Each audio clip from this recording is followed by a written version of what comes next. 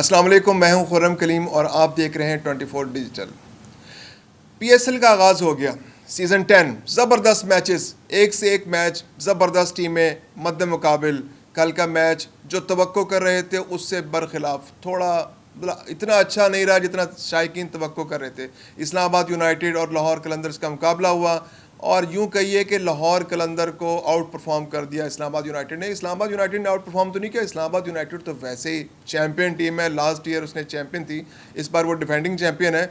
तो इस बार उसकी परफॉर्मेंस जिसकी तवक्को की जा रही थी उसके मुताबिक है, क्योंकि लाहौर कलंदर से एक्सपेक्टेशंस हमेशा बहुत हाई होती हैं और लाहौर कलंदर एक डार्क हॉर्स है, कभी भी किसी को आउट परफॉर्म कर सकती है। लेकिन इस्लामाबाद यूनाइटेड ने अपनी तवक्कुआत के मुताबिक परफॉर्मेंस दी।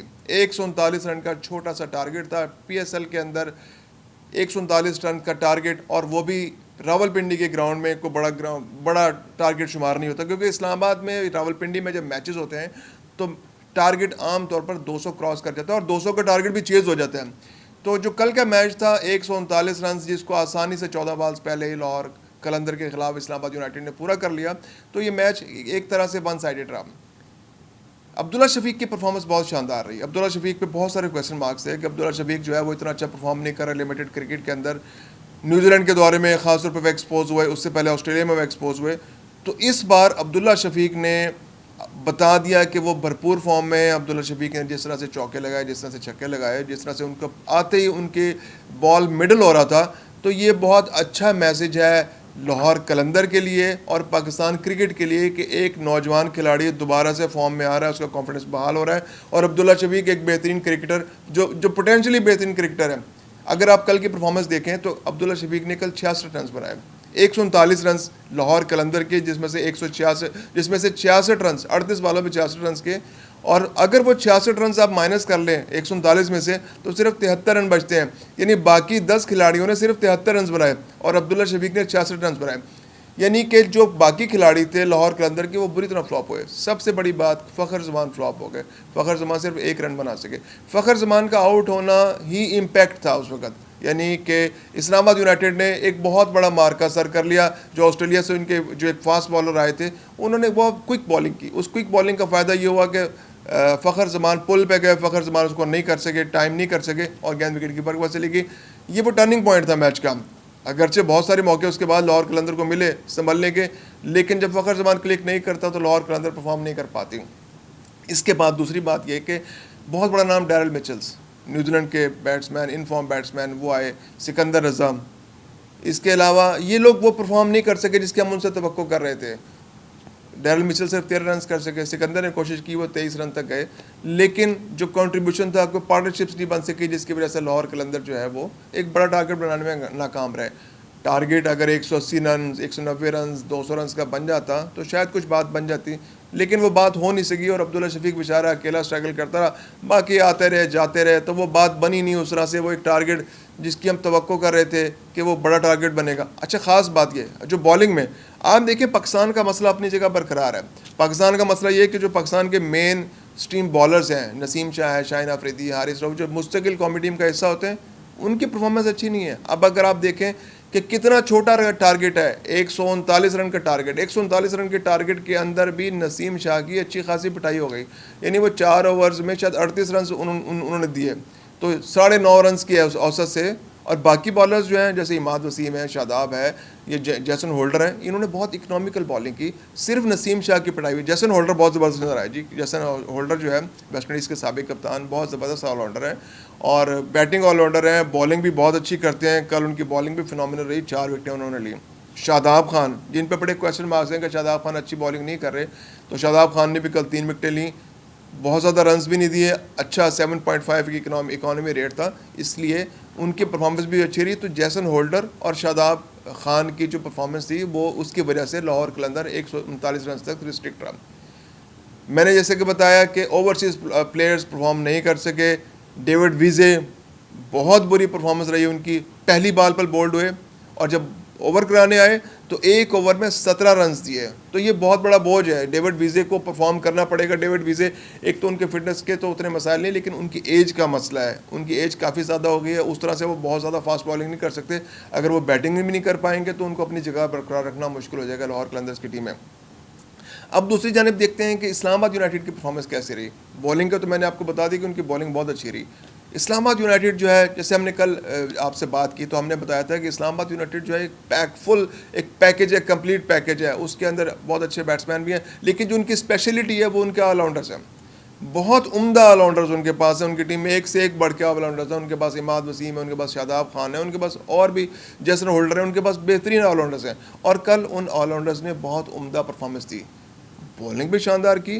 फिर उसके बाद जब उनके बैट्समैन बैटिंग करने आए तो उन्होंने बहुत शानदार बैटिंग की। जो उनके opener, wicket keeper opener batsman थे, वो तो इतना अच्छा परफॉर्म नहीं कर सके, वो 4 रन करके वॉस आउट हो गए। इसके बाद लेकिन कॉलिन मनरो बहुत फिनोमिनल बैटिंग। आपने देखा कि कॉलिन मनरो के अगर आपने ऑफ स्टंप या ऑफ स्टंप से बाहर गेंद दी, वो उसको चौका लगा देंगे। वो बेहतरीन शॉट मारेंगे, बेहतरीन ड्राइव करेंगे। उनकी बॉल बहुत अच्छी टाइम हो रही थी। फिर जो सेंसिबल जो लाहौर कलंदर ने थोड़ा सा किया कि उन्होंने उनको उनकी टांग पे गेंद करनी शुरू कर दी। जब उनकी टांग पे गेंद की तो उनका स्ट्राइक रेट 100 से कम हो गया, और जब उनकी टांग पे गेंद नहीं की और जब ऑफ स्टंप से बाहर की तो वहाँ पे उनका स्ट्राइक रेट 200 से ऊपर था। तो कॉलिन मनरो बहुत ज़बरदस्त परफॉर्मेंस। कॉलिन मनरो का इन फॉर्म होना इस्लामाबाद यूनाइटेड के लिए बहुत अच्छा शगुन है। कॉलिन मनरो के पिछले 1-2 टूर्नामेंट अच्छे नहीं गए, लेकिन आज की परफॉर्मेंस ने साबित कर दिया, कल की उनकी परफॉर्मेंस ने साबित कर दिया कि वो फॉर्म में है, उनकी हिट्स लग रही हैं। इस्लामाबाद का रावलपिंडी का ग्राउंड उनको सूट कर रहा है। उसकी जो बाउंसी विकेट है वो उनके लिए बहुत आइडियल है, क्योंकि न्यूजीलैंड के अंदर भी बाउंसी विकेट्स होती हैं। लाहौर या कराची की विकेट्स उतनी बाउंसी नहीं जितनी इस्लामाबाद की बाउंसी विकेट्स होती हैं। तो इस्लामाबाद की बाउंसी विकेट पे कॉलिन मनरो काबू में नहीं आ रहे थे। कोई भी बॉलर उनको काबू करने में कामयाब नहीं था। रन्स अगरचे रोक लिए थे, लेकिन जहाँ कहीं भी उनको मौका मिला उन्होंने शानदार शॉट की।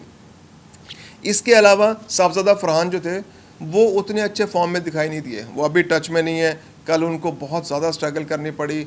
24 अगरचे 25 रन बनाए 24 बॉलों पे, लेकिन वो अच्छे रन्स नहीं थे। यानी पहले 19 बॉलों में शायद उन्होंने 4 रन बनाए थे। उसके बाद उनको मौका मिला, उन्होंने छक्का लगाया, फिर 1-2 शॉटें और लग गई उनकी, लेकिन वो फॉर्म में नज़र नहीं आए। जब वो बॉल उनसे मिडल नहीं हो रही थी, वो हिट नहीं लगा पा रहे थे।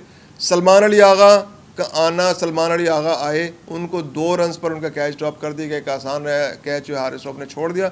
ये मैच का टर्निंग पॉइंट था। ये एक लाहौर कलंदर को एक चांस मिला था। लाहौर कलंदर अगर उसको बेल कर लेता तो शायद मैच में वापस आ जाता। और अगर आप सलमान अली आगा जैसे कैलिबर के बैट्समैन को, जो कि इंटरनेशनली भी परफॉर्म करके आए, न्यूजीलैंड में भी उनकी परफॉर्मेंस बहुत अच्छी रही, हमारे T20 टीम के कप्तान हैं, अगर आप उनको 2 रन पर ड्रॉप कर देंगे तो उसके बाद आप तवक्को ना करें कि आप फिर मैच जीत सकते हैं। 139 रन का आपने टारगेट दे रखा है, 140 रन का अहदाफ हासिल करना है इस्लामाबाद यूनाइटेड की टीम ने, जिसके अंदर आजम खान और बड़े बड़े हिटर्स अभी मौजूद हैं, बेहतरीन ऑलराउंडर्स मौजूद हैं उनके पास, इमाद वसीम जैसन होल्डर की सूरत में मौजूद हैं। और अगर आप उनको सलमान अली आगा को वहाँ पे 2 रन पे कैच छोड़ देंगे, जब 65 रन का टारगेट टोटल है अभी टोटल इस्लामाबाद यूनाइटेड का, और अभी 70 रन बाकी हैं, उस 70 रन के अंदर 65 रन बाकी, 70-75 रन बाकी हैं, तो मुमकिन है कि इस्लामाबाद यूनाइटेड की टीम को आप 2-3 खिलाड़ी और आउट कर लेते, तो वहाँ पर आपको कोई मौका मिला था। लेकिन उस वक्त उसका कैच छोड़ना वो एक टर्निंग पॉइंट था। उसके बाद सलमान अली आगा ने अपनी जो कैलिबर है उसके मुताबिक परफॉर्म किया। 41 रन की इनिंग खेली, और 41 रन की इनिंग सलमान अली आगा, और 59 रन बनाए कॉलिन मनरो ने। और उसके बाद तो मैच में गुंजाइश ही मौजूद नहीं थी, विकेट नहीं मिल सकी किसी भी बॉलर को, बड़े बॉलर को। इसके अलावा आप देखें शाहिन शाह अफरीदी की खूब पिटाई हुई। जो मैं बात कर रहा था कि नसीम शाह की जिस तरह पिटाई हुई रही, तो शाहिन शाह अफरीदी की भी उसी तरह पिटाई हुई। इन्होंने भी 4 ओवरों में 38 रन दिए। हारिस रऊफ से जो तवक्को कर रहे थे कि हारिस रऊफ बहुत अच्छा परफॉर्म करेंगे, तो हारिस रऊफ का भी इकॉनमी रेट जो है वो, जब आप 139 के टारगेट देते हो तो फिर आपका इकॉनमी रेट 6 से कम ही होना चाहिए अगर आप अच्छे बॉलर हैं, क्योंकि आप अच्छा परफॉर्म करेंगे तो बाकी जो कमज़ोर बॉलर्स हैं उनको मौका मिलेगा कि वो कुछ थोड़े से रन दे सकते हैं। जब हारिस रऊफ और शाहिन शाह इकनॉमिकल नहीं रहेंगे तो फिर आप कैसे तवक्को करेंगे कि आपके बाकी बॉलर्स जो हैं वो अच्छा परफॉर्म करें। तो हारिस रऊफ का भी इकॉनमी रेट 8.5 रहा, शाहिन अफरीदी का जो 9.5 रहा। जो पिक ऑफ द बॉलर्स रहा वो आसिफ अफरीदी उनके लिए जो इस बार नए आए हैं लाहौर कलंदर के अंदर, उनकी बॉलिंग वाकई बहुत इकनॉमिकल थी। 4 ओवर्स में 15 रन दिए और एक खिलाड़ी आउट किया, तो और इब्तिदा में विकेट लेके दी उन्होंने, शुरू में ओपनर को आउट कर दिया अपने पहले ओवर में। तो वो पिक ऑफ द टीम जो परफॉर्मेंस थी। और अगर इसी तरह से जिस तरह से आसिफ ने अफरीदी ने परफॉर्म किया, इस तरह से बाकी बॉलर्स भी सीरियसली परफॉर्म करेंगे तो कोई वजह नहीं है कि लाहौर कलंदर दोबारा कम बैक कर सके। अच्छा, एक बड़ी दिलचस्प बात मैं आपको बताना चाहता हूँ, वो ये कि लाहौर कलंदर्स, अगर आप, ये 10वां सीज़न है हमारा, 10वां सीज़न है PSL का, तो लाहौर कलंदर्स अब तक जितने भी सीजन्स हैं, अगर 10 मैच हुए हैं उनको, तो उनमें से उसकी इब्तिदा बहुत बुरी होती है। यानी अगर आप पहले 5 सीजन्स देखें तो पहले 5 सीजन्स में 5 के 5 पहले मैच हारे हैं लाहौर कलंदर ने। छठा टूर सीज़न का इंतजार करना पड़ा उन्हें पहला मैच जीतने के लिए, फिर इसके बाद भी वो मैचेस जीते हैं। यानी अब तक वो 10 इब्तदाई मैचेस हैं, 10 सीजन्स हो गए, 10 मैच खेल चुके हैं लाहौर के अंदर, अब तक वो सिर्फ 2 मैच जीत सके हैं, 8 मैच हारे हैं।